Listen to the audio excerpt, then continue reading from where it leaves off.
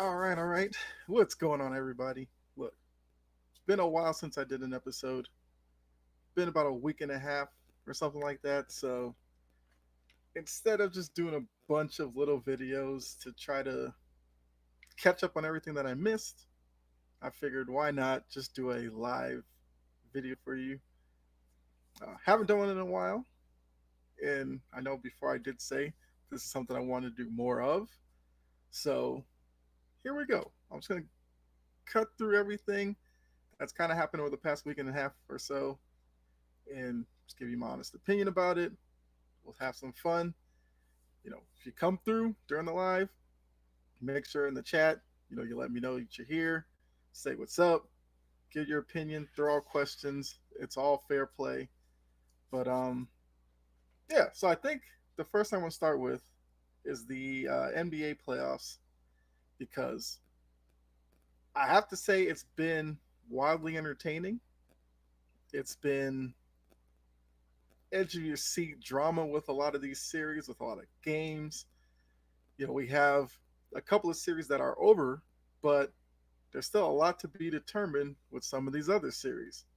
So, I like I said, just want to go through, give my thoughts about the playoffs. Also, going to talk about NFL draft, which I'm excited for. Also with some breaking news that just happened. About Lamar Jackson. I'm sure you've read it. Once again, as you're coming through, you want to drop your thoughts on Lamar Jackson, definitely do that. But like I said, go through NBA playoffs first, and then we'll circle back to the NFL draft. By the end of it, and like I said, just get caught up on everything. So I think the first thing I want to talk about was, did people give up on the Warriors way too soon?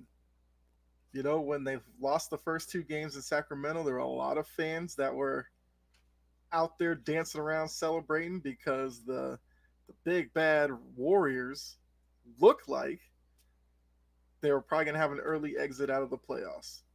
Now, don't get me wrong, I'm a big fan of Sacramento, what they have going on, what Mike Brown's done with them. Everything about Sacramento. There's nothing you can hate on. I did pick the Warriors going into the series. I thought it was going to be Warriors in like 7 because I know how good Sacramento is. I just could never doubt the championship medal, the pedigree, just the build of this Warriors team with a Steph Curry, with Klay Thompson, with guys like that. I could never count them out. I'm sure the Kings knew going into the series that the only way they were going to beat Golden State, they'd have to give them 4 great games, great execution in order to beat Golden State. So far, they've had 2 really good games. The 2 games in Golden State were wildly entertaining as well. Golden State got those. Last night was Game 5. Golden State got a tough win on the road, which has been tough for them all season. But in a series like this, you only have to win 1 game on the road necessarily to move on. So, here we go. Thoughts on Lakers versus Grizzlies? I will get to that. That's definitely on my agenda for this episode. So appreciate you tuning in. I'm still having like issues with Facebook seeing who sent these. But let me see. Oh, Pavel, what's going on, man? Yeah, so I'm gonna get to that series here shortly. Appreciate you, tuning in. But looking at it, Golden State now goes back home. They're up 3-2. And for Sacramento, this is going to be a great learning experience for them. Such a young team, knowing with their backs against the wall on the road, how do they come out and perform? We know that De'Aaron Fox is dealing with the finger injury, but we know he's not going to let that keep him out of a potential, game elimination. Uh, Coming in loud and clear. How's it going, Kyle? Tuning in from work. Keep up the hustle. I appreciate that. I definitely do. I'm trying to do my best. Appreciate the support.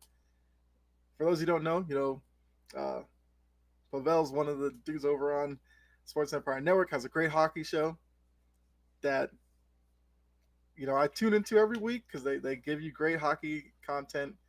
I actually have hockey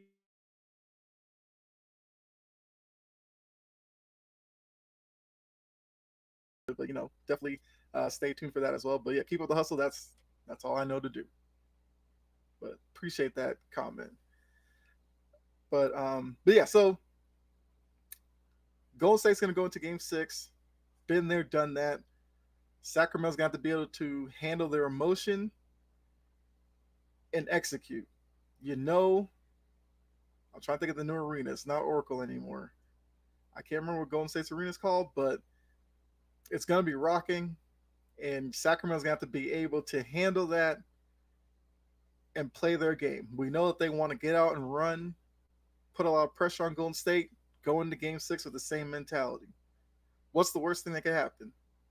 You lose, you go home, sure, but you're in a position that a lot of people didn't think you would be in. Chase Center, that's it. Thank you. Appreciate you, letting me know. I couldn't remember that. It was in the back of my mind, just couldn't bring it to the front. But yeah, so it's gonna be a tough environment for Sacramento. It's gonna be nothing like they experienced in game 1 and 2. I mean 3 and 4. Sorry, 1 and 2 are in Sacramento. But games 3 and 4 were one thing. A game 6, with that crowd knowing that they can move on with a win, that's going to be a different environment. But any way that this series plays out, I still give Mike Brown and Sacramento a lot of credit. So it's a building block for next season. For Golden State, if they finish it off, there's a potential matchup in the second round with LA or Memphis, which either one would still make a really great series. But um, hopefully Sacramento could pull it out. I would love to see this series go 7 games. It's been the most entertaining one. And I'm not done with Sacramento yet. I want to see more from them. All right, so Pavel asked about Lakers Grizzlies. Why not transition to the Lakers Grizzlies? But I got to talk about the main story from that series. Does Dillon Brooks actually want to be a villain? I don't know, because I think with his actions, he wants to be one. I guess what he failed to realize is if you're going to be a villain, there's some responsibility that comes with that. That means, yes, not everybody in the media is going to like you. So what? Not everybody in the media is going to like you anyway. Fans aren't going to like you. So what? Your home crowd does, your teammates do. Then who cares? But all of his actions this year showed he wanted to be the new villain. The walking into the arenas looking like he was ready for the smoke. But now what have we seen in the playoffs? That the minute the series wasn't going Memphis's way, he started to cower down from it. If you're a villain, you can't do that. Look at other villains that have been around the league. Draymond Green is definitely a villain. You think Draymond Green would have done that? No. Marcus Smart is a villain to some. You think he would have backed down from that? No. But for some reason, Dillon Brooks thinks he can portray himself as a villain. But if you call him a villain, he then wants to play victim. That's been my biggest issue. I had zero, you know, dislike for him going at LeBron. If that's what gets you going, then do it. If that's what your team responds to, do it. But if you're gonna do it, then show up. That's it. We know he's not a gifted offensive player. I mean, we know that. I don't know if he knows that. If I see him brick another three, or another 5 threes, or another 10 threes, because we know he's gonna keep taking them, probably gonna lose it. But like, he has to be okay with that. Just own it. Had another comment here. Yes, he does. He wants to get under LeBron's skin or in his head, which I'm like I said, I'm perfectly fine with. If you are a villain, that's villain actions. Get into your opponent's head. Now, I don't know if LeBron's the right one to do that, but that's who he's going up against. If that's the challenge he wants to take on, embrace it and deal with it. And I was with him for a lot of the season, up until a point where I kind of didn't really get the whole Memphis act to begin with. But, if that's what they wanted to do, I was fine with it. But, the interview John Morant did where he said, well, they asked him, who are you worried about? He said the Celtics. They're like, nobody in the West. He's like, oh, no, we're good in the West. That's a villain statement. But looking at this series, the issues with Memphis are glaring. And, hold on, no, the comment here, Dillon Brooks is evil Danny Green. I'm not mad at that. Well, based on his shooting, he's like Bizarro Danny Green, the exact opposite. But I like that. And they have to start winning to be taken seriously. I believe that's. Oh, Joshua Bailey, what's going on? See you tuned in. Yeah, I definitely agree with that. The Grizzlies skipped steps in this whole process. They were the young up and coming team that everybody loved. They loved the direction they were going in. But they got a little bit of success and then skipped over to the point where now they're talking like they've been to the finals. They're talking like they've won a couple of championships when they haven't done any of that. So I definitely agree that until they actually win something, the rest of us is just going to look at that team as immature.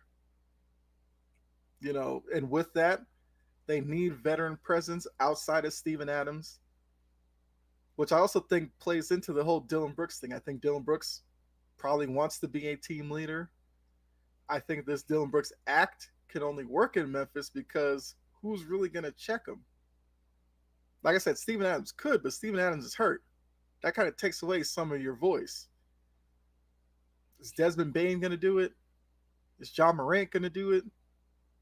Jaren Jackson? Like, who's going to police Dillon Brooks?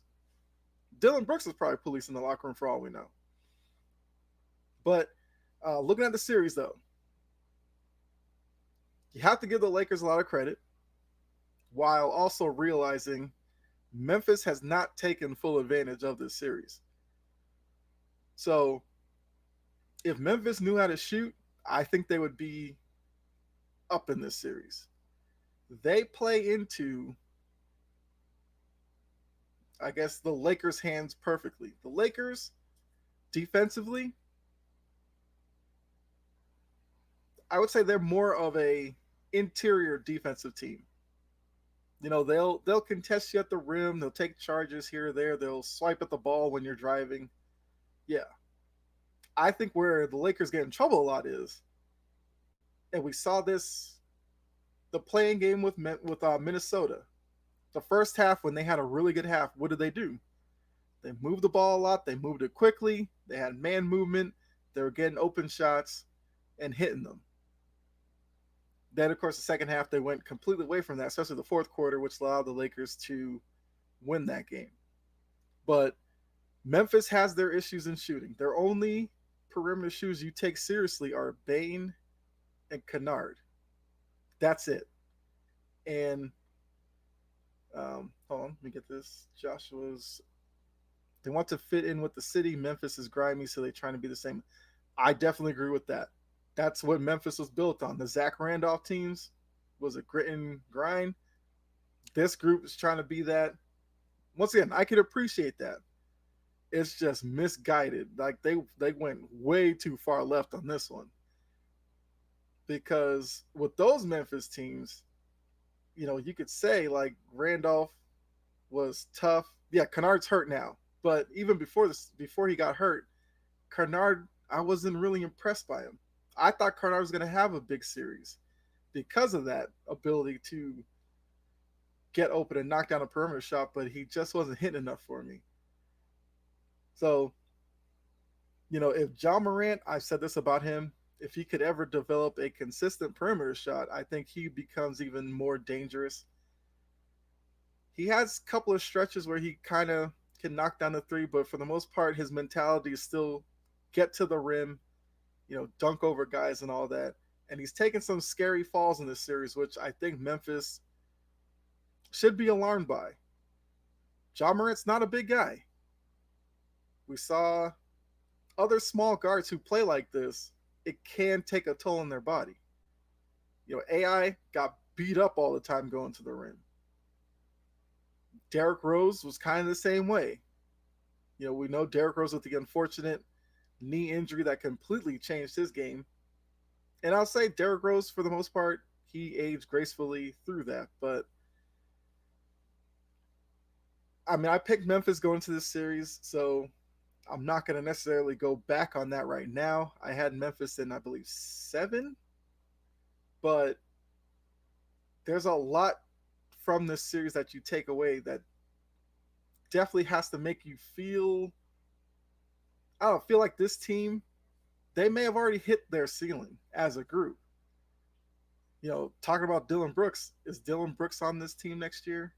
Should Memphis overextend itself to bring in Brooks, who, yes, defensively, sure.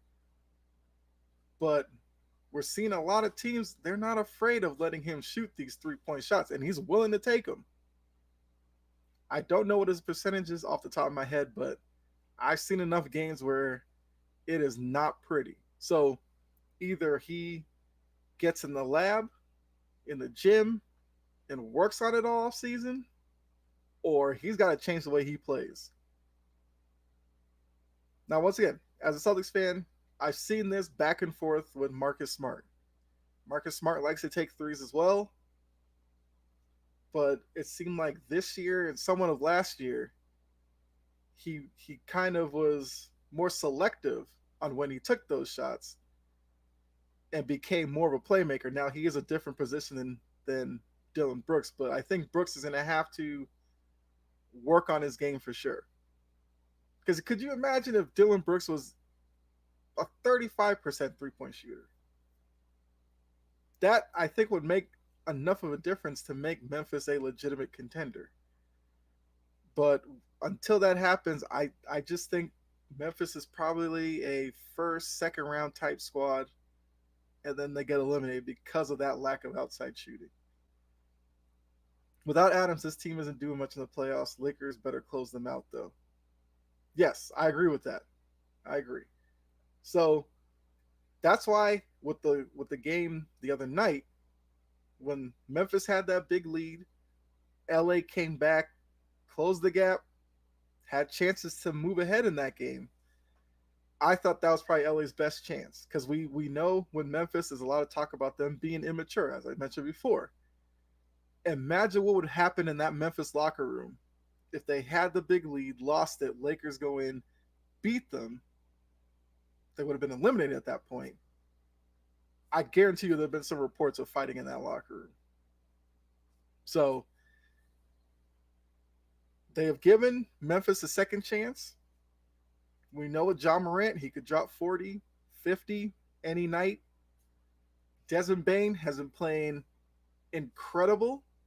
He's probably been Memphis's best player, to be honest with you, in this series. If LA cannot handle those two, then I think this series could get extended to 7 games, which I think LA doesn't want because now the games are every other day. We know AD's body, LeBron's age. They would like to get this done early, have some time off before getting to a second round series against, potentially a Golden State or a Sacramento. But like I said, I picked Memphis before the series. I'm trust me, I'm not confident in that in any stretch based off what I've seen. But you never know. Lakers have been inconsistent as well this year. So I don't think you can necessarily say it's set in stone that they're going to advance. I do think the Lakers will advance based off of what I've seen in this series. Hold on. So Joshua asked, what does Brooks do well? Agitate? Is that a skill set? I guess that's what he does. Problem is, I think he agitates Grizzlies fans as much as opposing fans. That's a problem.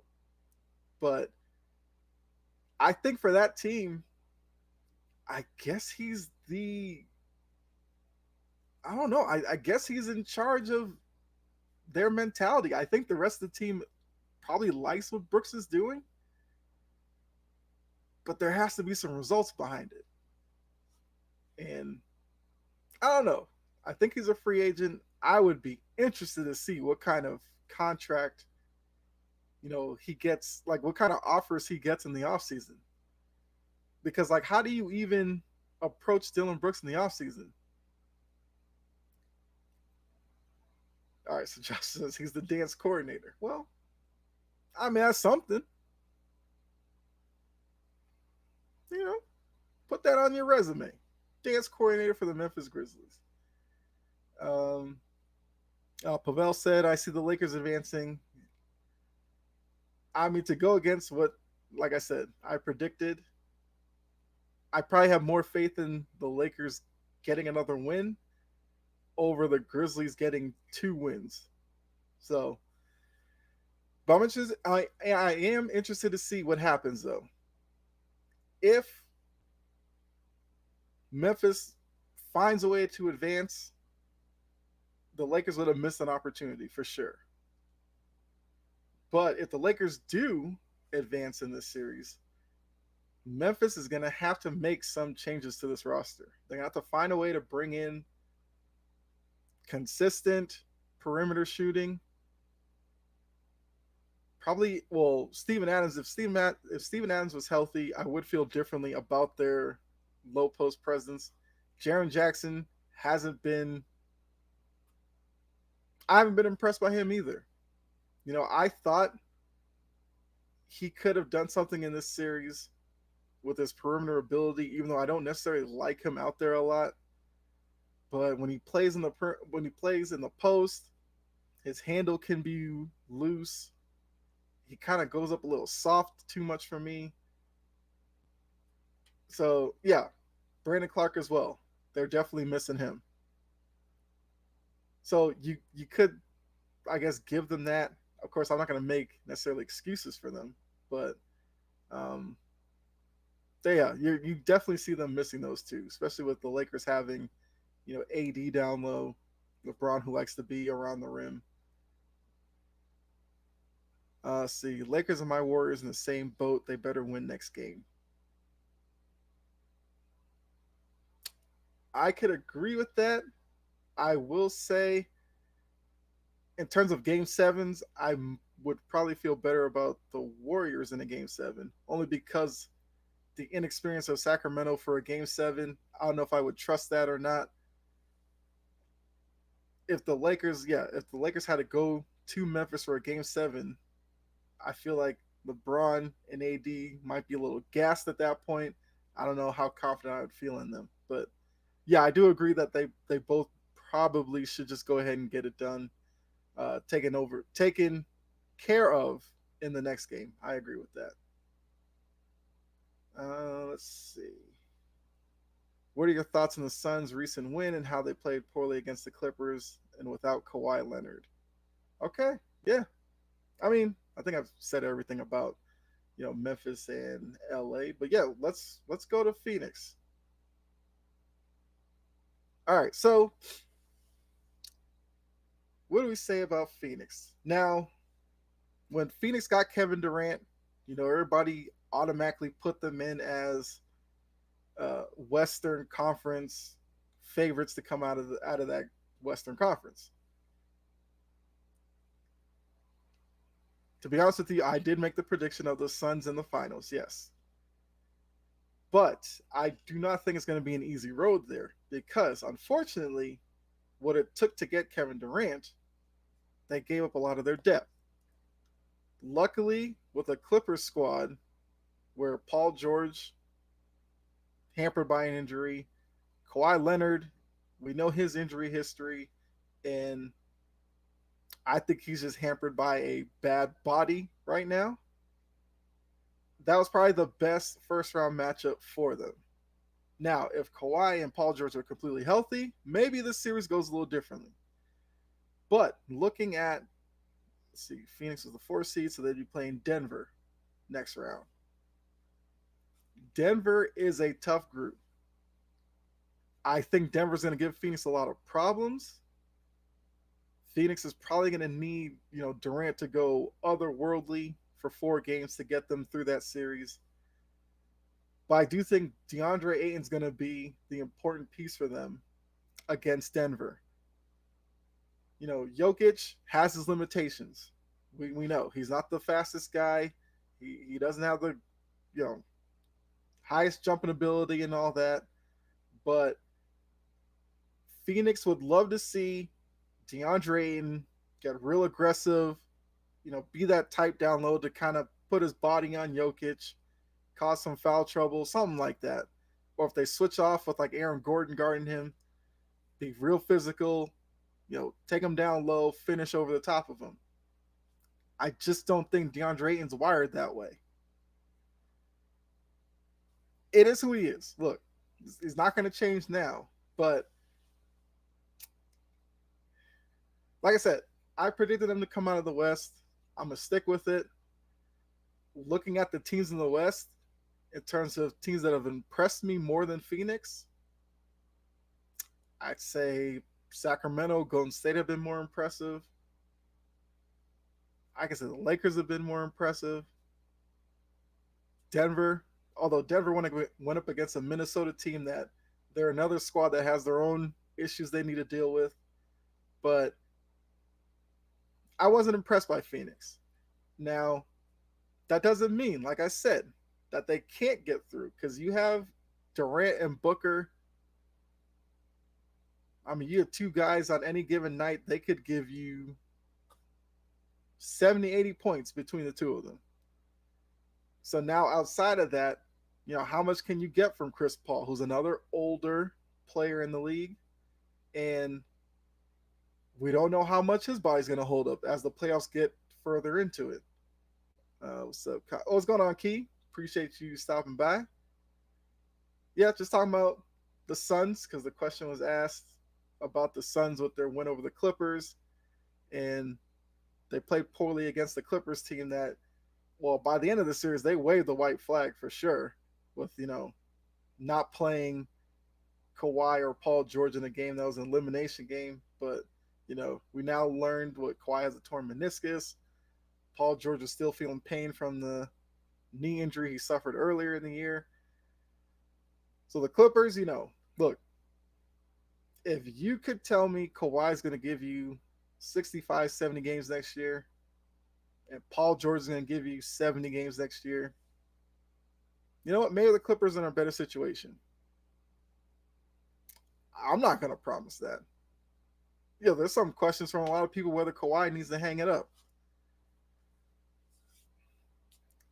I mean, I don't think he will, but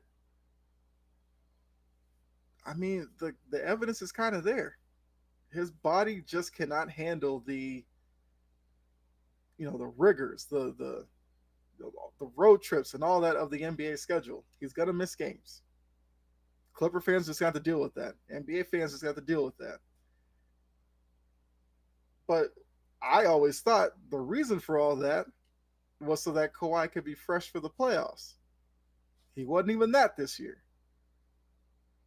So if they're going to pay him all that, they're paying Paul George all that, you got to give me something better than losing, 4-1 in the first round. Russell Westbrook, he showed himself really well. He, came off the Lakers stint where a lot of people didn't,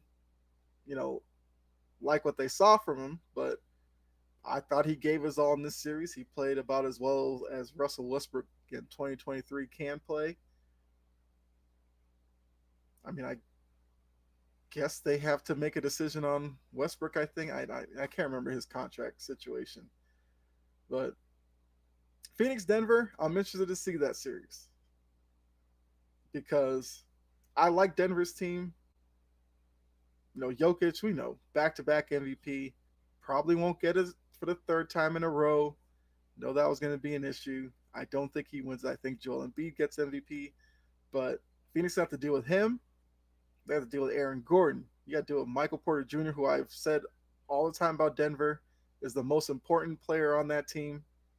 If Denver wants to make serious noise in the West, Porter Jr. has to be on the top of his game. Jamal Murray.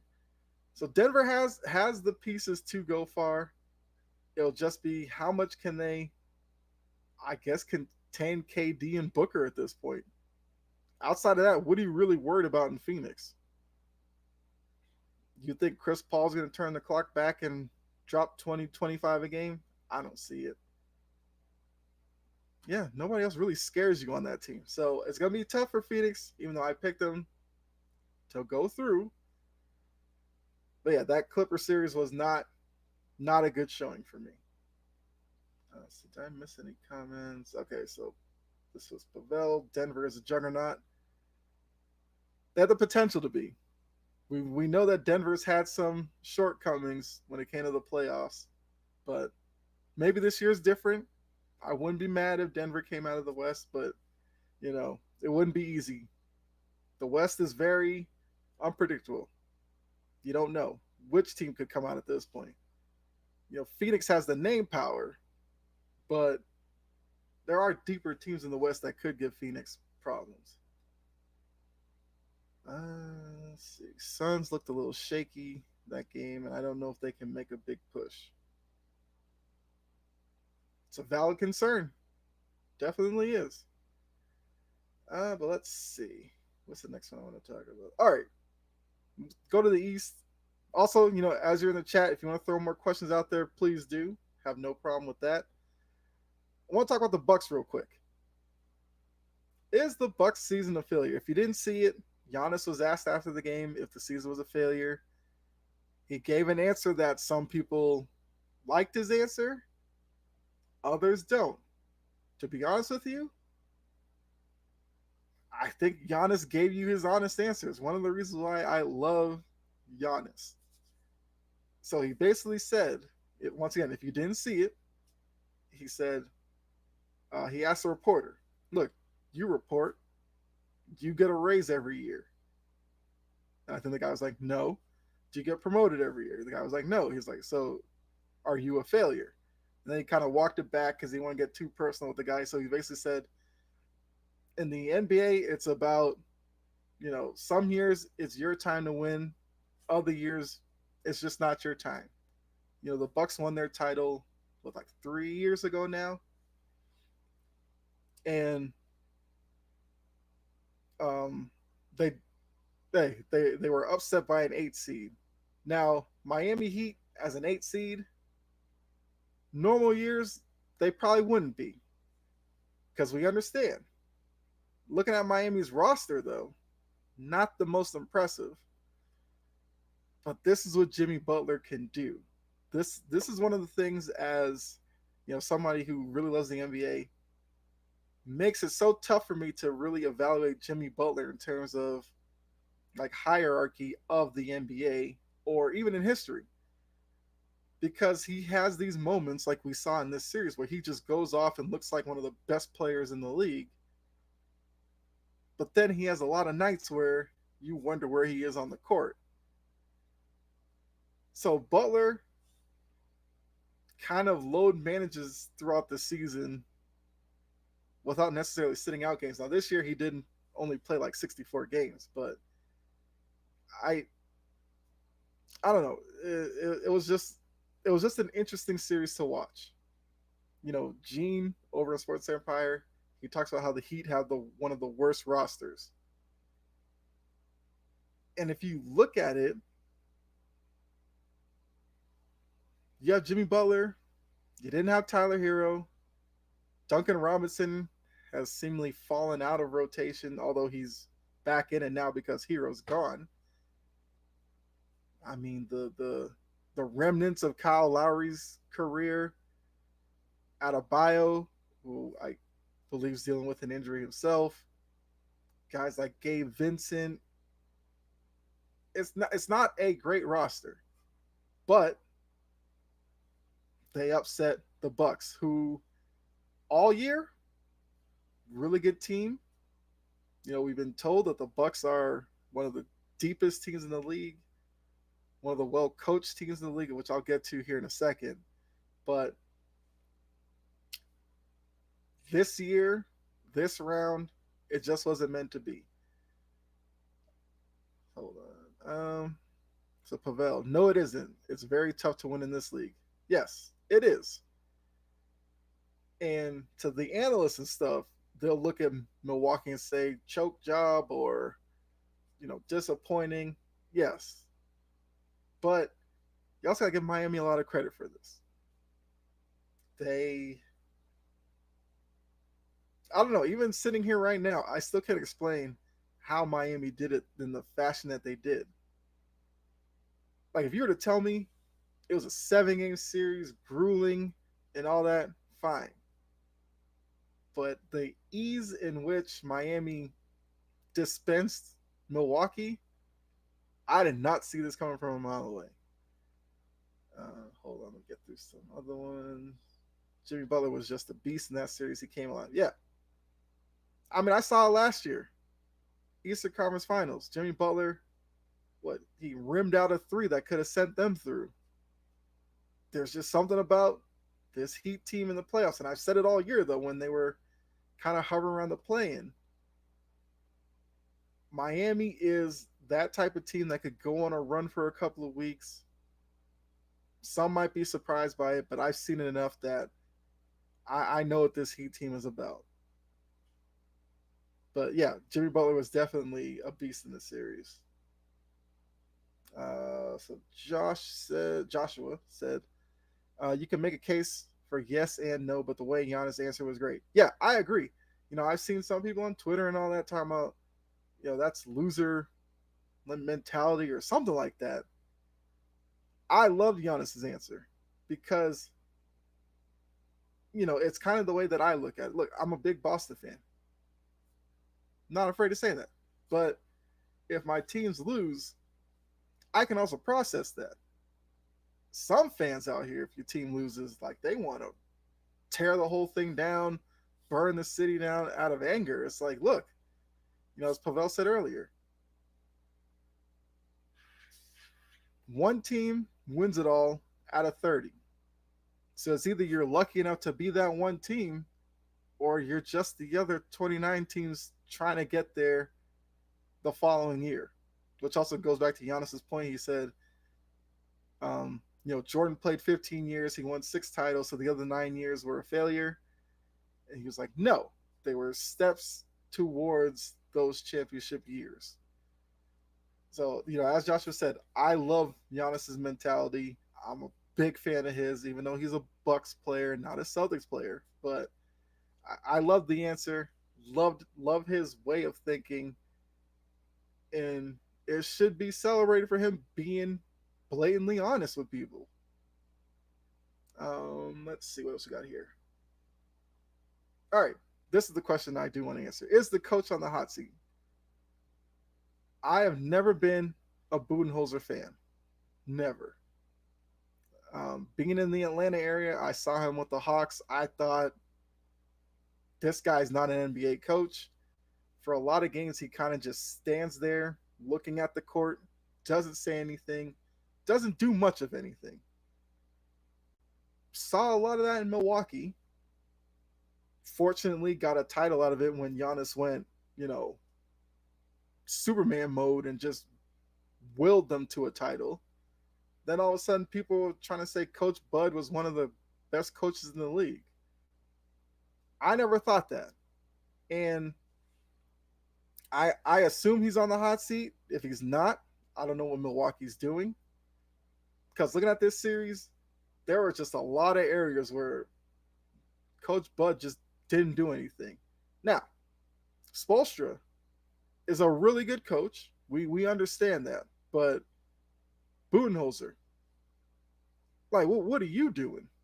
That final possession, which, I mean, I got to put some blame on Grayson Allen, because Grayson Allen when he made his move inside the 3 point arc, had a very open pull up jumper, but for some reason wanted to get all the way to the rim, ran out the time. But that also goes on the coach, because in situations like that, the team needs to be prepared. It looked like a broken play to begin with. I don't know what Budenholzer drew up. To be honest with you, he probably just sat there with a whiteboard in his hand and said, what do you guys want to do? And maybe Giannis drew it up. I don't know. I don't think Budenholzer is a good coach. He'll probably get another job somewhere. I don't know. Maybe he goes to Toronto since they fired Nick Nurse, which Nick Nurse is another guy I think is a bit overrated, but I think Nick Nurse is probably 300 levels better than Coach Budenholzer. Now, if Budenholzer keeps his job, he better be on the hot seat next year. And I don't care if they are the 1 or the 2 seed next year. They better make Eastern Conference Finals for Budenholzer to keep his job next year if he stays on. I think what's going on, Conman? I see you're watching. I just think this has been, for people who probably weren't paying attention to Budenholzer as a coach, this series showed exactly why I have not been impressed by him at all at any point. Hold up. Pavel says coach is the easiest position to replace / change rather than your roster moves without losing prospects or draft picks. I agree. Now, to speak about another coach, Ime Udoka took the Houston job. I wonder if he wishes he could have waited to see if Budenholzer might be out in Milwaukee. Would he have taken that job? I don't know. Conman chiming in. What's up? Yeah, what's going on? Appreciate you tuning in. He will be back next year. I unfortunately think he probably won't lose his job, but he's going to keep getting out-coached by most coaches in the league. The only thing that's going to save him is Giannis is going to have to win enough to make it seem like Coach Bud is a good coach. Joshua, he said maybe. I mean, look, I saw too many games with Coach Bud in Atlanta. Most of the game, he just stood there making these weird faces. Never saw him saying anything, and I assume he still coaches the same way. I don't know.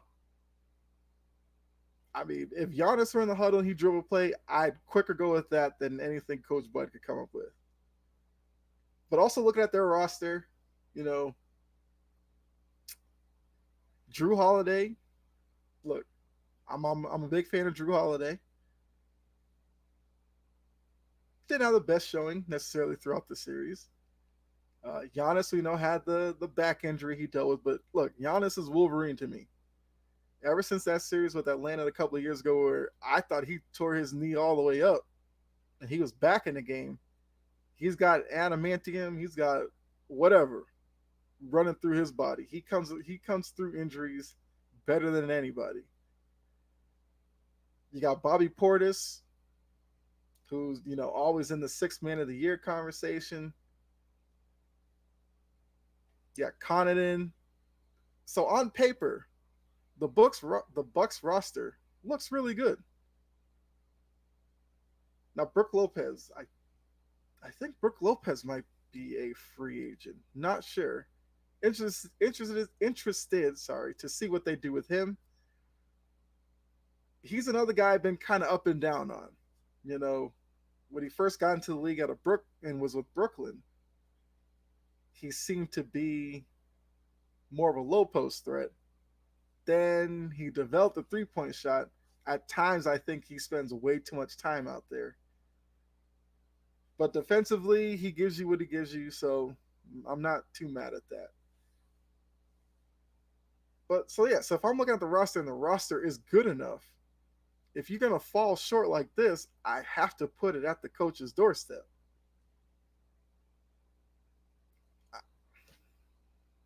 I don't know. I'm at a loss of words for Budenholzer. And I did mention Nick Nurse before. I did kind of think it was time for him to move on from Toronto. Look, I as a Celtics fan, I hate watching Celtics Raptors games and seeing him on the sideline. Talking about Nick Nurse on the sideline, constantly arguing stuff, his antics as well.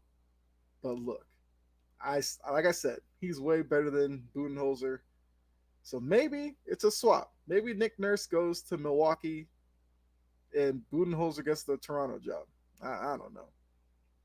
I don't know who wants the Toronto job because looking at that roster, what excites you about it? There's Fred Van Vliet, who I think is a free agent, and a bunch of 6'8", 6'9" guys.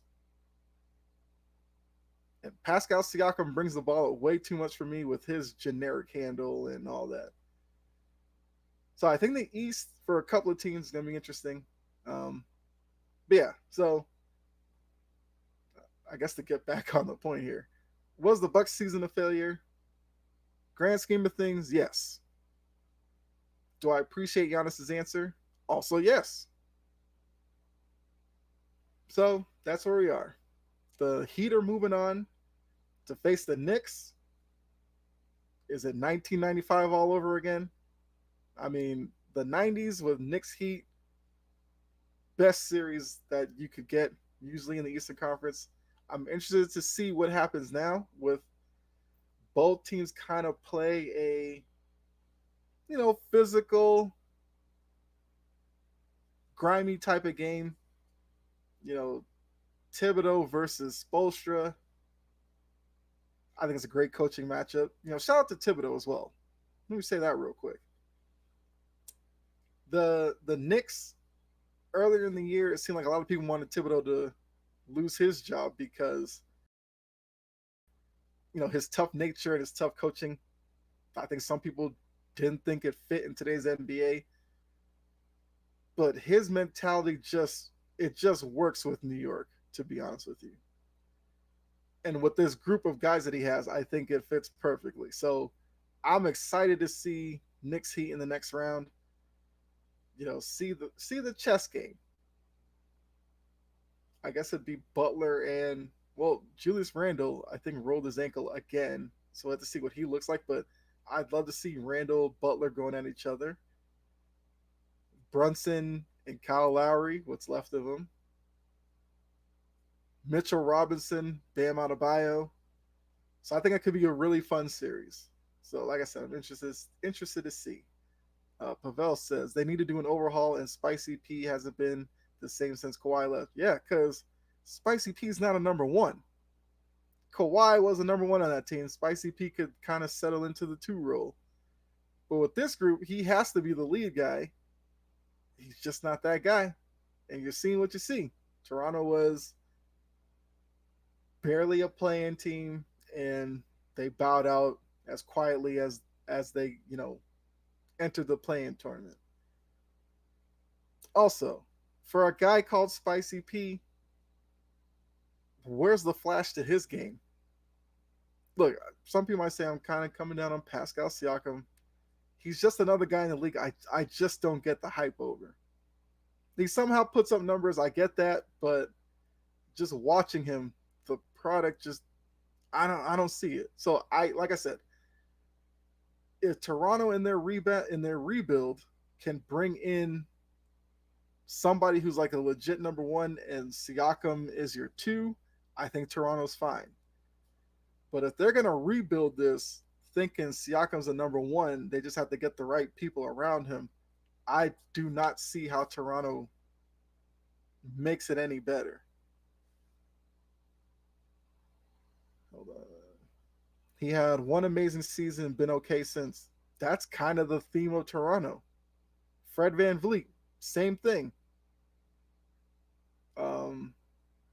Scotty Barnes, same thing. He had a really good rookie season. Kind of took a step back. Let's see. Otto Porter Jr. wasn't a good signing. Look, I guess I kind of get why they did sign him, but yeah, that did not work out at all for them, unfortunately. But that's the risk you run in free agency. Some signings work, some don't. You try to get better the next year. Toronto's kind of in a rebuild and never recovered from the year after Leonard left, but they have some good young solid players like OG and Scotty. OG and Anobi I like. Scotty Barnes, the jury's still out on him for me. I think he was kind of overhyped after the rookie year. I don't think he's a bad player or anything. I just think people need to calm down in terms of hype behind Barnes. But OG, yes, I really like OG's game. I guess if OG takes the next step, I don't know. Well, I mean, I don't know. I don't know if Toronto would ever kind of hand the team over to OG and have Pascal be the second guy. But yeah, I like OG way more than Scotty Barnes. I mean, you guys may think they're on an even level or something, or some of you may like Scotty Barnes more than OG. I would take OG on my team before Scotty Barnes any day. That's just me though. Yeah, I just like OG's game better. Let's see. All right, I think I caught up on all the comments.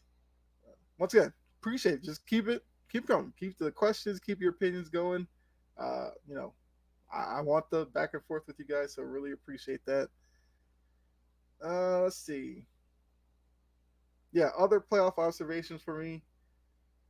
The Celtics Hawks series, which I mean, look, has been very close to my heart as a Celtics fan. And living in Atlanta and watching the Atlanta Hawks, I've been, like I said, torn on that one. Well, not necessarily because I'm a Celtics fan through and through, but I do, occasionally watch the Hawks living down here. Game 5. Look, great performance by Trae Young. I give him all the credit for that. That three he hit over Jaylen Brown, great shot. Some people are saying that Jaylen Brown's defense was awful on that play, which I'm like, look, Trae Young pulled up from like 6 feet behind the 3-point line. Jaylen Brown was making sure he didn't get by him and get an easier shot. I can't blame Jaylen Brown for that. You just got to give Trae Young all the credit in the world for making it. That's it. That's all. Now, going back to game 6 in Atlanta, I expect Atlanta to come out with probably their best game of the series. But I do know the depth that Boston has. I think Boston will be able to handle that and end it game 6 in Atlanta. If not, I mean, game 7, I'd expect Boston to probably boat race Atlanta because that would be a Celtics thing to do. But I do think Quinn Snyder is the right guy in Atlanta. I mean, I like Nate McMillan, but we know Nate McMillan seems like he has 3 to 4 years in a place, and then he just has to go. I believe if Trae Young, now based off of reports and rumors and all that about him butting heads with the previous coaches, if he and Quinn Snyder can get along, I think it works out for both of them. DeJounte Murray, I like the signing. I mean, of course, he got the boneheaded move bumping the ref, but that's neither here nor there. He'll be back in game 6. But I fully expect the Celtics to close that one out. Joshua put on here Warriors. Yeah, I talked about them earlier. I was one of those who never counted them out because playoff experience means something. They have it. The Kings don't. For the Kings, this is a learning experience for them. Look, they're passing the test for me right now. But last night we saw it. When the game was in the trenches and late in the game, Steph Curry just made that play where he kind of dribbled around, basically went all around the court, then had the and one at the rim. That was just a backbreaker for the Kings. But I'm encouraged by Sacramento, as I mentioned before. The whole light the beam thing, love it. Love what they have going on. But I do think the Warriors end up winning that series. Philly, Brooklyn went about as well as I thought it would. I thought Philly was going to win it in 5. They did one better and swept them. Brooklyn, yes, I think they did well out of the KD, Kyrie, Harden, Ben Simmons. I think they did well coming out of all that. But they are now lacking an alpha guy. I don't know. Bridges could become that because this was kind of his first opportunity not being on a team with Booker, Chris Paul, and him kind of being a role player to now he's the guy in Brooklyn. So maybe he develops into that next season, but um, they just did not have enough to go up against the Philly team this year. I'm interested to see what Brooklyn does in the offseason. Like I wouldn't be mad if they took some of these wing guys, packaged a couple of them to bring in somebody. I mean, like who? I don't know, but I'd be surprised if they came back with the same group. I think they could build around Bridges, but I just think they probably need to bring in a guy to push Bridges to the number two role and bring in somebody for him to play with. I honestly don't know who that is right now. Yeah, where Brooklyn at? Look, Josai, Marks, those guys in the front office, they created a lot of this issue and seemingly have gotten through it. The KD Kyrie experience, it had its ups and downs, but I guess I can't be mad at them for trying it. The Harden coming in, being gone in like a couple of weeks. I mean, that said more about probably Kyrie than anything, but Joshua adds Bridges is more of a two. Yes, I agree. The only thing is, I don't know if they go into next season hoping he turns into a number one guy, and they think that, with an off season together, maybe they get it right or something. But I do agree. I think they need to package some pieces and get somebody in who is your clear cut number one guy and Bridges is your number two. And I think Brooklyn, probably would be still in the 5-6 range, but at least you'd feel better about them going into the playoffs. Look, like I said, I thought they'd get maybe one game against Philly, and they didn't even do that. So, Brooklyn's in I wouldn't say rebuild, they're in a retooling stage. Like Toronto's rebuilding for sure. Brooklyn retooling. See what you have right now. Take a step back because making all these moves at the trade deadline and then rushing to the playoff in that stretch, that's a lot to take on right away. Evaluate the roster and make the moves. I think Brooklyn could be okay next year. Let's see what else. What other series is there to talk about necessarily? I talked about Minnesota. Oh, Minnesota. Okay, let's talk really quickly about Minnesota. I think they're kind of stuck right now. I didn't like the Gobert trade. Really don't like it now. I don't know what Minnesota does though. Do they trade Karl Anthony Towns? What do you get for him? He's a big guy, likes to hang on the perimeter, isn't that good of a defender, gets into foul trouble, and people have questions about his aggression. What does that get you? I don't know. Anthony Edwards, stud, although his little issues with this chair hitting two women, not a good look. But for Minnesota, seems fitting with all the drama they've had all season. It's wild to think that Kyle Anderson might have been their best. Well, no, I'll say Mike Conley was their best player probably in the brief moment they had in the playoffs and the playing, I guess. But Kyle Anderson couldn't have been your second best player. Let's just keep it real. Um, oh, they're at a crossroads right now.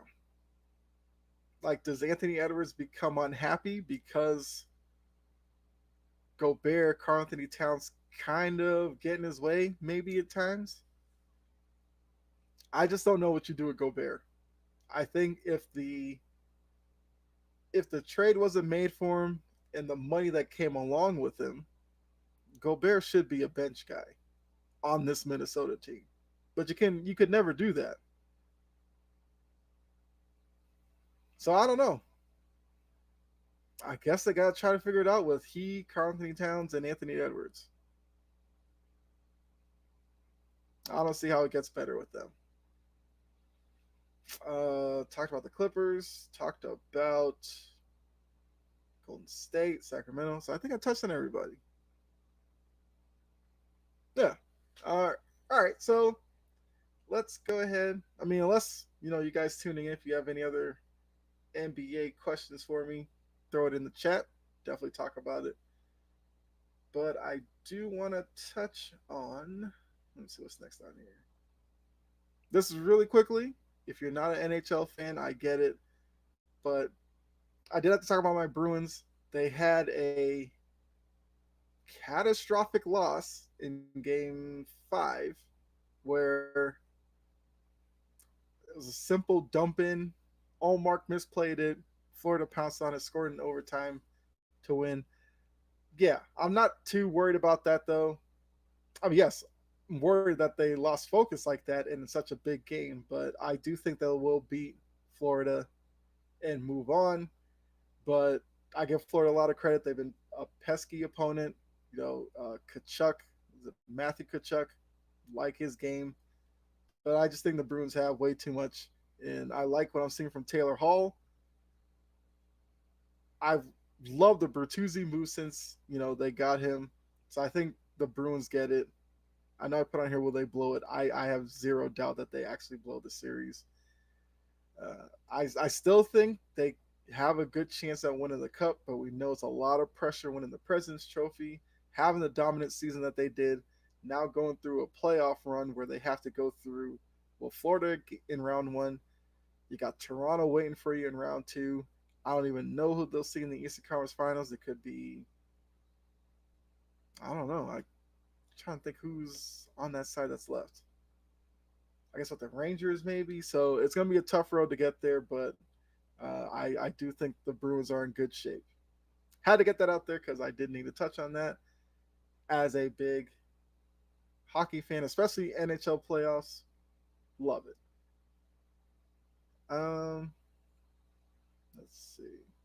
So yeah, Pavel, if you're still in the chat, I mean, if you have a question for, I guess, me about the Bruins, throw that out there. But move on to NFL draft. I am so excited for the draft tonight. So I guess for those of you who may not follow me over on Sports Empire Network, I will be on the live stream on there for the NFL draft. Have the normal show, Pre-Gaming Pigskin, which if you haven't checked it out, really good show. Myself, Gene, and Godfrey talk all NFL. And since we're on Thursday nights anyway, it's the draft tonight. We're just gonna live stream the first round that's tonight and give our reactions to each of the picks and everything. So 7:30 we'll go on. The draft starts at 8. So make sure 7:30 go over to Sports Empire Network. We would love to see all of you over there, in the chat. Let us know what you think about your team's pick, all that. So keep that in mind. So how excited am I for the draft tonight? I'm probably more excited than I could put into words. I think this first round potentially could be as unpredictable as anything. We know Carolina moved up to number 1, obviously to take a quarterback. You're not going to move it from 9 to 1 to not take one. But I guess the intrigue over Bryce Young over CJ Stroud, who will they take? I guess at this point we've kind of been told Bryce Young will most likely be the number 1 pick. And apparently throughout this whole process, Houston really wanted Bryce Young. So they were hoping Carolina was going to take CJ Stroud so they could take Bryce Young at number 2. But if Bryce Young's not there, there were some reports that they will take Will Anderson Jr. There was reports that they're going to move out of the pick. There's reports now, I believe, that they're going to take a quarterback. So I guess they're going to take who at 2? Could it be Stroud? Could it be Will Levis, Anthony Richardson? Who knows?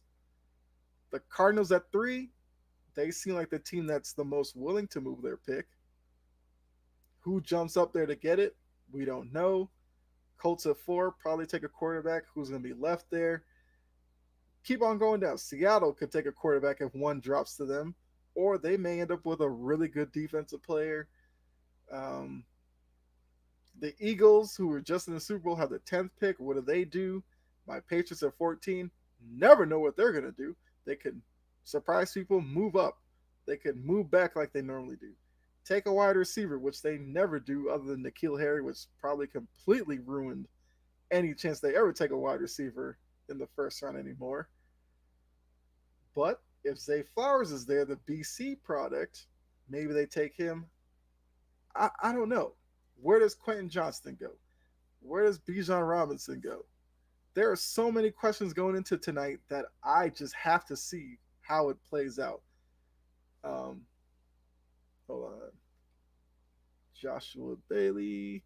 Just glad we got rid of Rodgers and got some extra picks. Glad you brought that up. I think that was probably the next topic I had. But yeah, let's go ahead and talk about that real quick. I know everybody's playing up this Aaron Rodgers deal to the Jets like they're guaranteed to make the AFC Championship or be in the Super Bowl. To be honest with you, I don't think this does much of anything. Now, look, I get it. Aaron Rodgers is a great quarterback, but how did the Green Bay years go for him? He came up small in the playoffs a lot of years. I don't see why all of a sudden that's supposed to change because he's in New York. Yeah, they will be better in the division, I guess. As a Patriots fan, it's going to annoy me that he's now in the division because, I mean, coming into this, even with the Jets having the question mark at the position, Patriots were looked at as being probably fourth at best. I get it. But what I mean, Aaron Rodgers, yes, he brings a better presence than Zach Wilson, of course. Joe Flacco, Mike White. Yeah, Aaron Rodgers is better than those guys. I do think it's hilarious that Zach Wilson said he's going to make Aaron Rodgers' life hell or something like that. I guess he's going to be that backup quarterback to push him. Okay, but I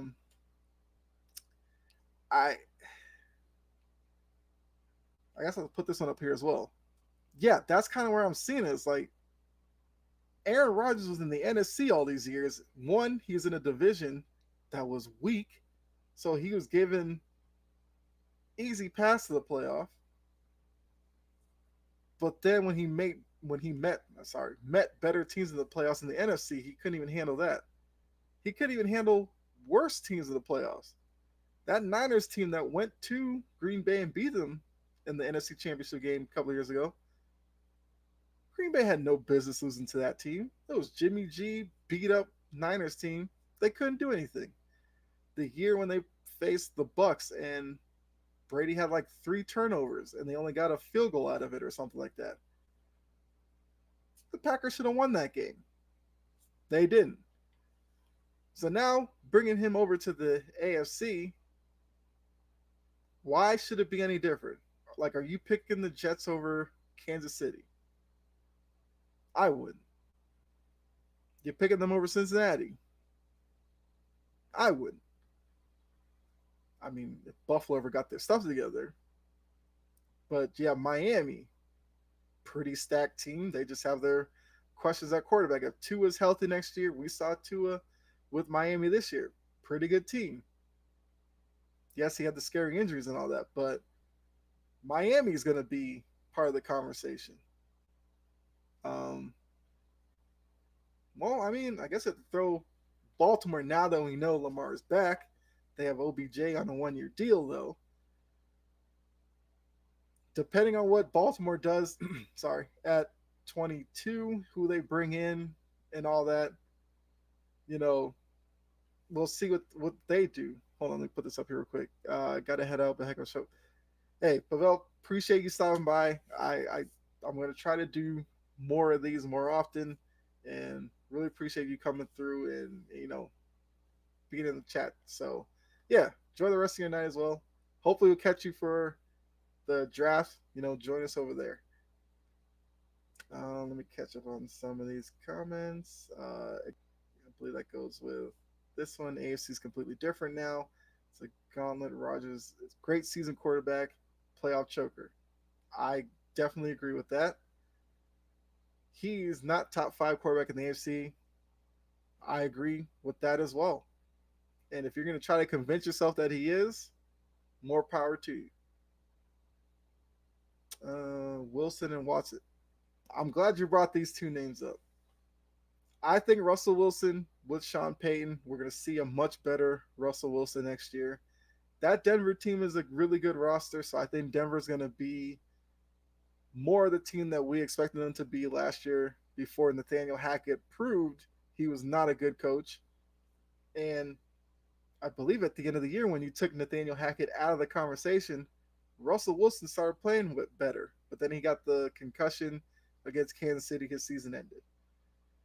Deshaun Watson, look, if you're going to tell me Deshaun Watson is 80% of what he was in Houston,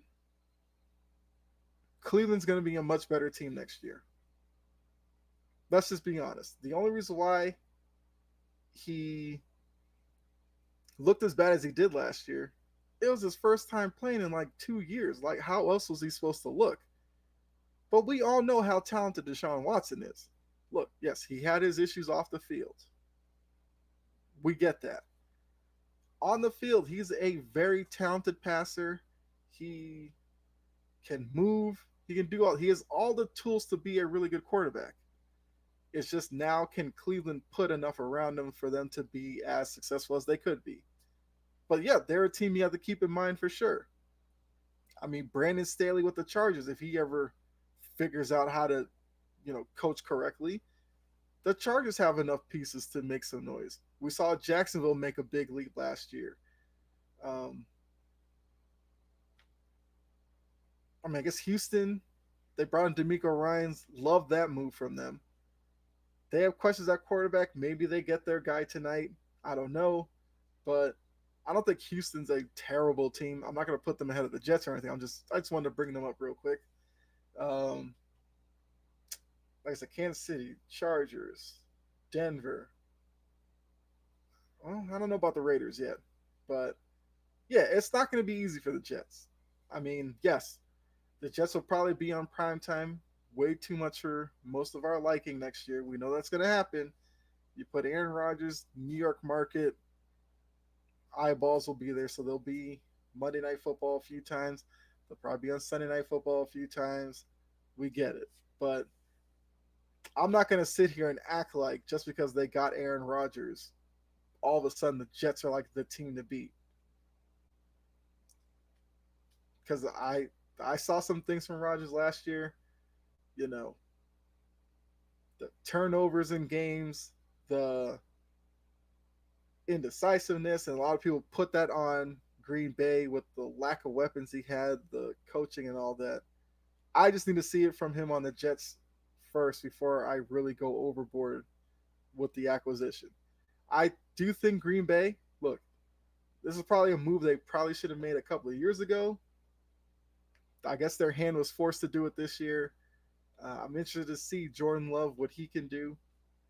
You know, this is a really good point from Joshua. He's an odd guy.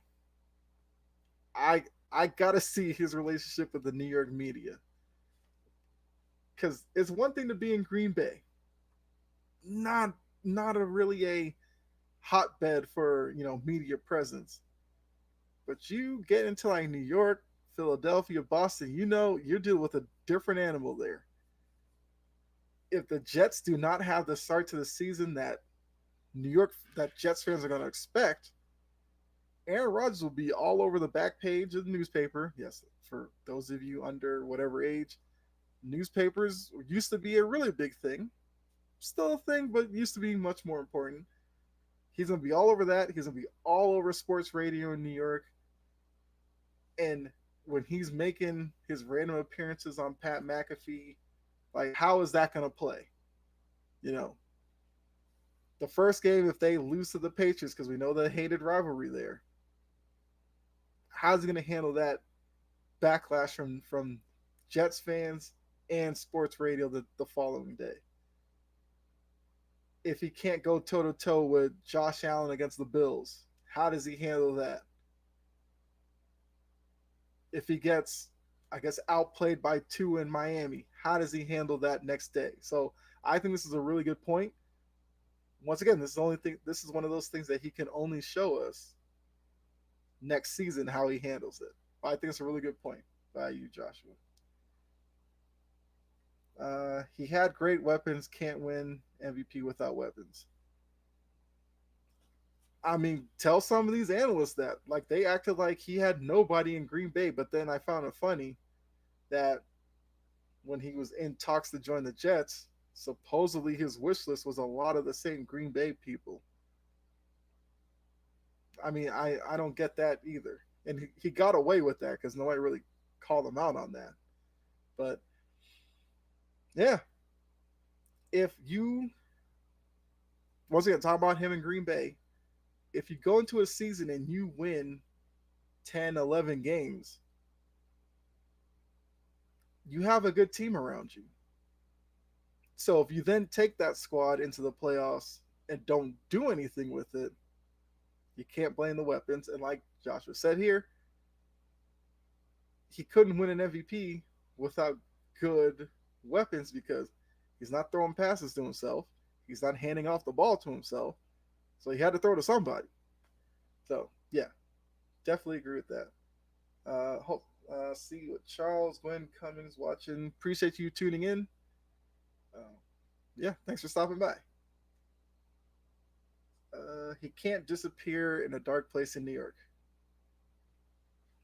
Exactly. If he tries to, that New York media will pounce on that and they will eat him alive. And with his, how do I put this? He comes across as a guy who might be a little KD-ish, where he probably hears everything people say about him and can get affected by it. New York's not necessarily the best place to be in if you're going to be like that. We saw what it kind of did to KD in Brooklyn. So, um, good luck to you, Aaron Rodgers. Would you say it's Super Bowl or bust? Yeah, with all of the attention it's gotten and with the defense that the Jets have, well, actually, I'll pull back from Super Bowl or bust. I think it has to be AFC title game or bust. If they don't make the Super Bowl, I can live with that. But you got to make the AFC title game to make it worth it. And this being like the news of the offseason, him going on, Pat McAfee talking about, I plan to be a Jet next year. With the, I mean, offensively, you have, who's it? Brees Hall, running back, really good. He got hurt last year, so we have to see what he looks like coming back, but good young running back. With Garrett Wilson, won AFC like Rookie of the Year or something, or Offensive Rookie of the Year. So good player. The O line might need a little bit of help, but I'm assuming they'll probably tackle that in the draft. So, is Aaron Rodgers is not in a situation where he could go to New York and be like 6-11, 7-10, and be like, oh, just an adjustment period. No, they have to hit the ground running and look like one of the top teams in the AFC. He's weird. He's an odd guy. Yeah, I guess he'll say weird.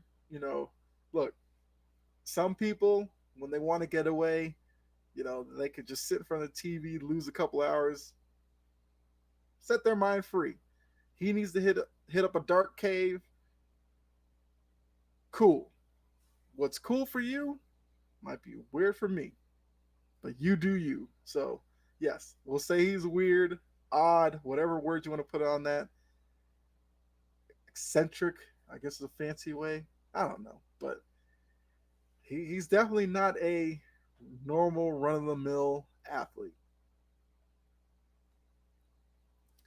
He even said he wanted to go to a team where he could win it all. Once again, that's true. So he's put it out there. Now, that also means he can't do his, remember when Green Bay a couple of years ago wasn't playing well? He did his little relax, RELAX, relax. That's not going to fly in New York. So he better change that one. But yeah, we'll see. Like I said, um, I am definitely interested to see when Patriots play the Jets twice this upcoming season how those games go, because I would love to see Matt Judon sack him like 4 or 5 times. It'd give me great joy, but we'll have to see. Um, who else? Who else had another one? Well, this was before the breaking news. I did have on here, will Lamar Jackson make some news tonight? Well, he did. He signed an extension in Baltimore. So shout out to him for getting his money. A lot of people said, oh, you need an agent. Look, he got his money without an agent. Props to him. My question is, why did Baltimore waste all this time then? Why didn't this happen before? Because I believe the rumored um, offer from before the season was like 135, 140 or something guaranteed. And I think there was some report about, yeah. So just to catch you up, Lamar Jackson's new deal, it's 5 years, 260 million, 185 guaranteed.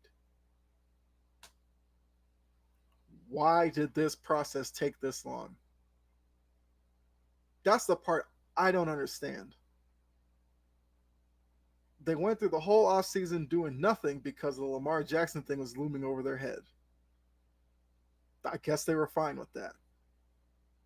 They signed OBJ out of the blue, 1 year, 18 million. Okay.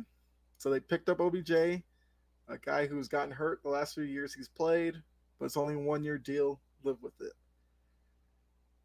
The rumors of them going after DeAndre Hopkins, okay. But all this time Lamar was there. It seemed like they wanted him to go. He was out there trying to sell himself to get a new deal. Nothing came from it. But circle all that around to see. He ends up getting his money anyway. He's staying in Baltimore.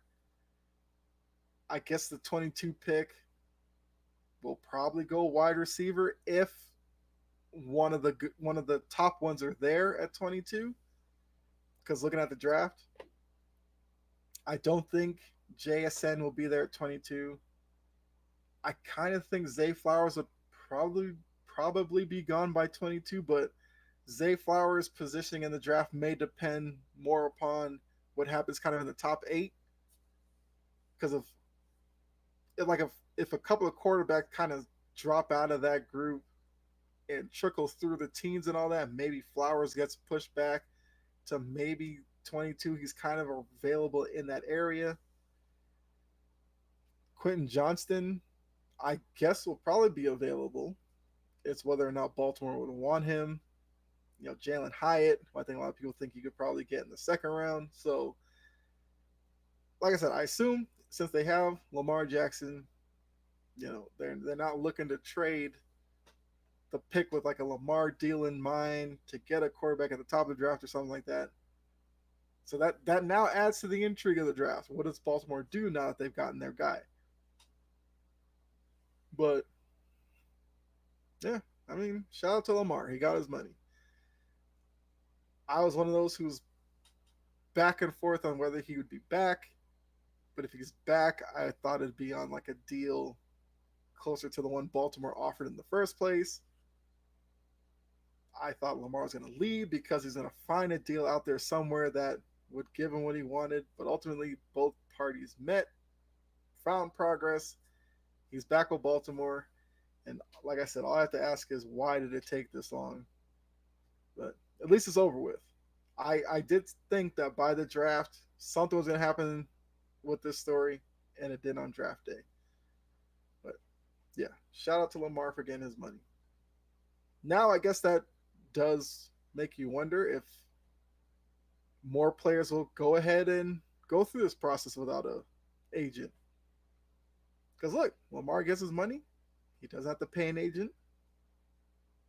I think he went through this process with his mom, so maybe the mom gets some money out of this, of course. Gotta look out for mom. Um, yeah, I mean, look, he did it on his own. Now more players might be empowered to do the same. I don't have an issue with that. But yeah, it does put pressure now on Lamar and Baltimore that if he's there for 5 years at the kind of money that he is, which is a little higher than what Jalen Hurts got with last week. So maybe that's what I guess that set this all off.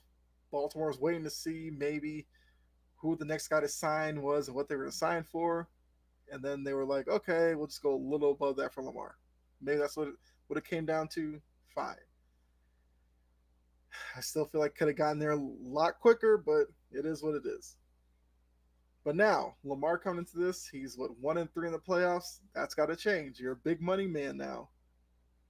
Need some playoff wins. With this kind of money, need a Super Bowl appearance.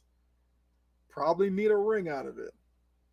I don't know how Lamar looks at the end of the 5-year contract.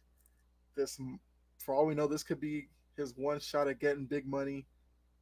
So now he's going to have a lot of pressure on him. But we'll see how Lamar handles that. Now I, really can't wait to see how next season plays out. We're still a few months away, but at least with the draft tonight, we get some questions answered with some of these teams. So here we go. What will my Patriots do at 14? I'm sure this is a question that's on a lot of your minds. Probably not unless you're a Patriots fan. But for me, like looking at this, hold on. Joshua, they'll crush him if he doesn't make the Super Bowl. Well, one, that comes with the territory now of being one of the higher paid players in the league. That's one. Two, Lamar was already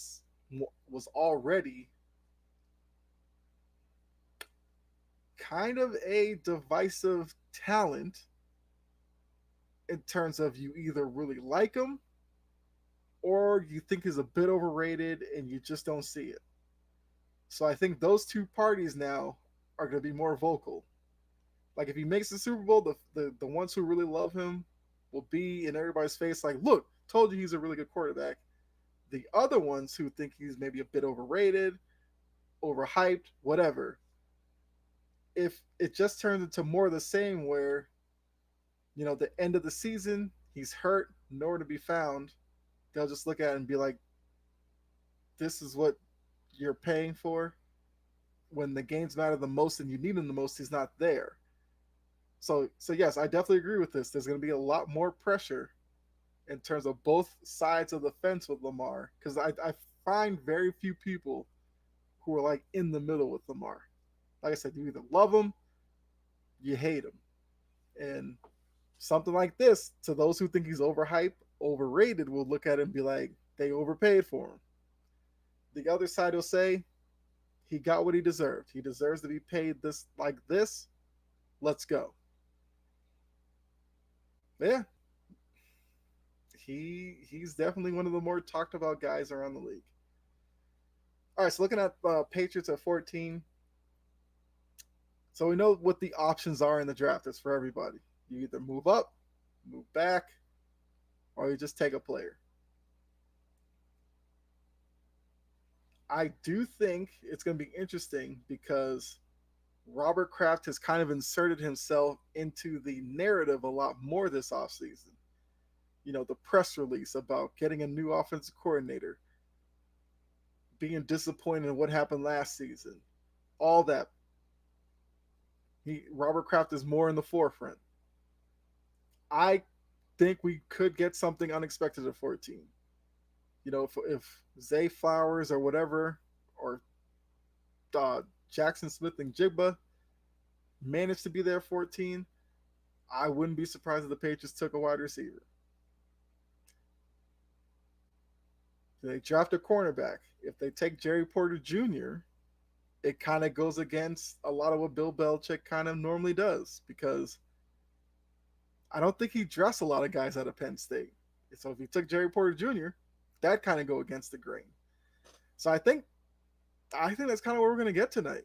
I think the Patriots will do something that will kind of go against the grain of the norm for the Patriots. Now, I could say all that, and they may end up trading out of the first round completely. Seen it before. Yes, Patriots fans will get frustrated by it, but it is what it is. I guess for me, I would love to see them take. I wouldn't be mad at them taking a tackle. Maybe a Broderick Jones or, well, I mean, even thinking about that, they did take Isaiah Wynn, a tackle out of Georgia. Didn't really work out for them. For all we know,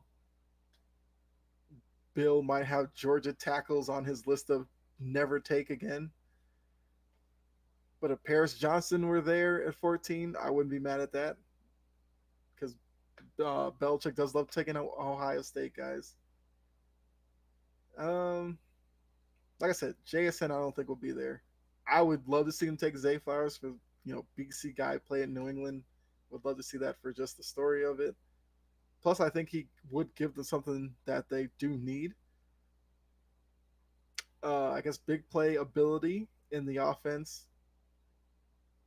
So I would not be mad at that at all. Um, let me see. Yeah, I think probably that's it. If they traded out of it, depending on like who was on the board, I could live with that most likely. But yeah, I'm just intrigued to see what happens tonight. But yeah. So uh, let me know what you think about the Patriots in the draft. We are now only like an hour and a half away from the draft. I mean, it's just too good right now.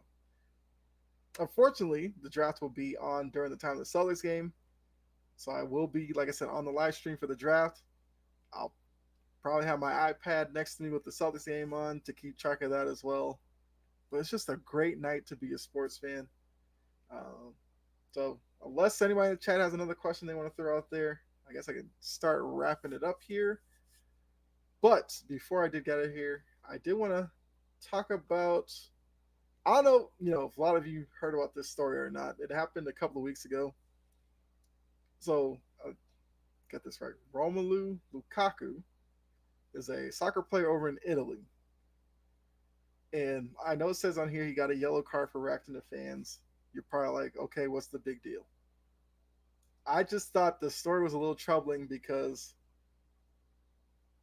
he scored a goal, did his normal celebration, looking at I believe they were away. So the home fans behind the goal did a celebration. A couple of fans started shouting some racist stuff towards him.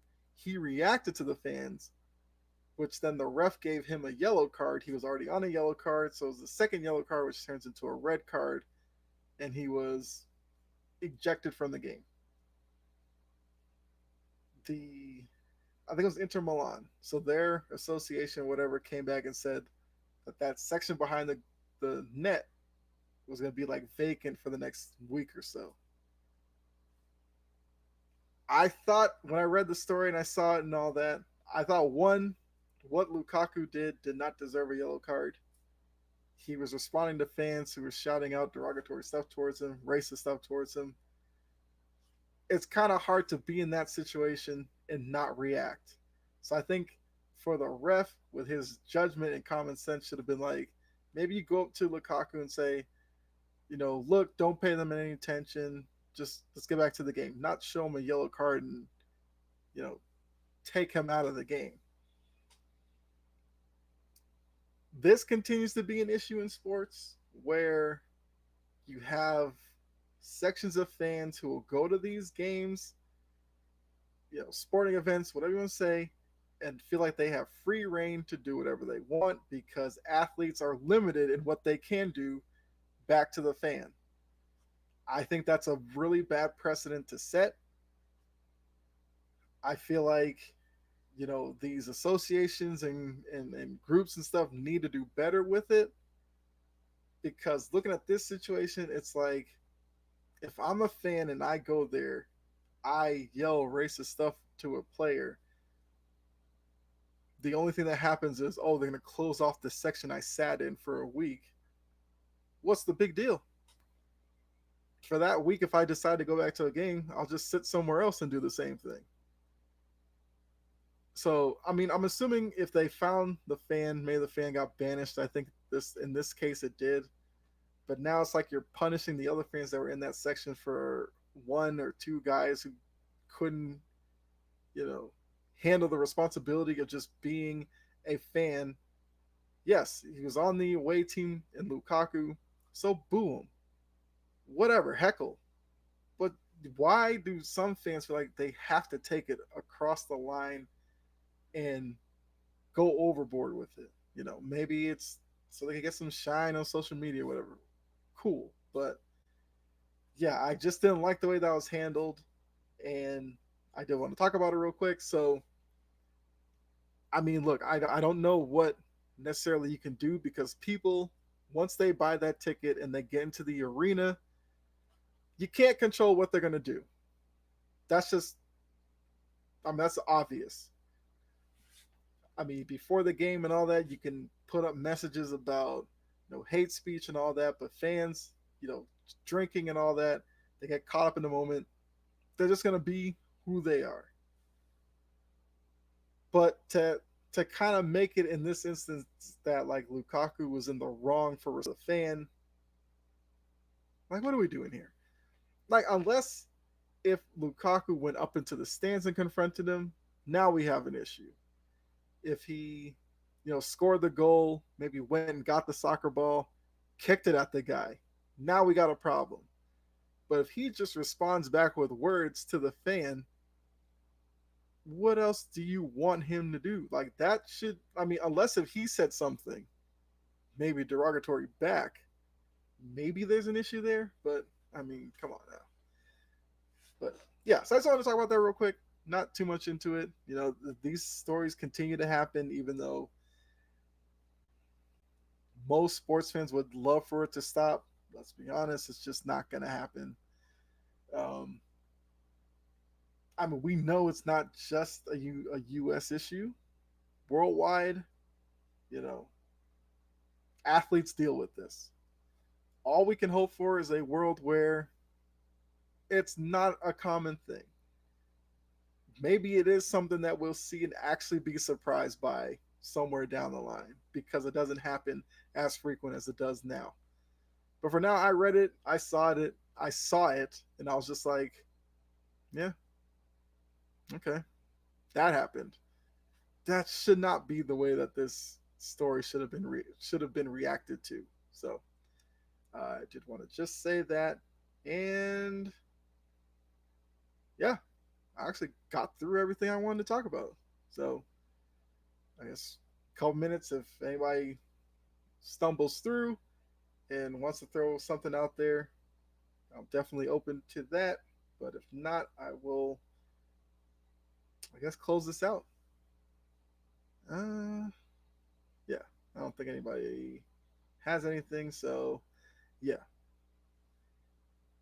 hopefully you enjoyed this. I mean, I had fun doing this. Like I said, haven't done a live episode in forever. I think I want to get to the point where I'm doing this at least once a week, if not more than that, because I like the back and forth with people in the chat. Had great participation today. So that's thumbs up for you guys. Hopefully, you know, hopefully you liked it, shared it, all that good stuff. would really help me out. Um, I'm just a tiny fish in this pond of podcasting, just trying to make it. So I appreciate anything you can do to uh, help me out. Let me see. Great show. Come on our show soon. Josh. Oh, that's from Joshua. Yeah. Yeah. I mean, I don't have a problem with that. Yeah, we'll make something happen for sure. Cause yeah, I definitely want to probably start doing stuff like that. Appearing on other shows and all that. Might help you out, help me out in the process. Look, I'm all about all of us, because look, we're all in this wide net of podcasting. So if you want me on your show, I'd love to do it. I just like talking sports. That's the reason why I started this, and that's the reason why I continue to do it. So yes, absolutely, come on your show sometime soon. We'll definitely we'll figure something out. Networking is key. I definitely agree with that. So yes, we will definitely get something done in the future here. But yeah. So thanks again tuning in. I'm gonna get off here so I can kind of mentally get ready for this draft. Like I said, I will be over on Sports Empire Network. If you haven't been over there yet, make sure you go over to their YouTube channel. They're also on Facebook, Twitter, you name it. We're out there. I do a show on their Monday nights, Tuesday nights, and Thursday nights. At least for right now. I may pop up other nights, but those are the 3 nights you can count on. So if you appreciate, I guess, my show, chomping at the bit here, want to hear more from me, that's where you can find me. If you don't necessarily see me on here, I'm usually over there. So uh, definitely appreciate that. If you go to like the about page, you'll see all my socials. I don't need to run through them all. Follow me wherever you can. Definitely would appreciate that as well. But yeah, so I guess that's it. So hopefully you enjoyed yourself. Like I said, I enjoyed doing this. I'm gonna do this a lot more often. Um, so appreciate you stopping by. Once again, if you liked it, like button, subscribe, share. But hope you enjoy the rest of your day and join me for the draft. It's gonna be a lot of fun. And hopefully your team picks a player that you wanted. If not, it is what it is. But God bless. And I'll see you guys really soon. So take care of yourself. All right.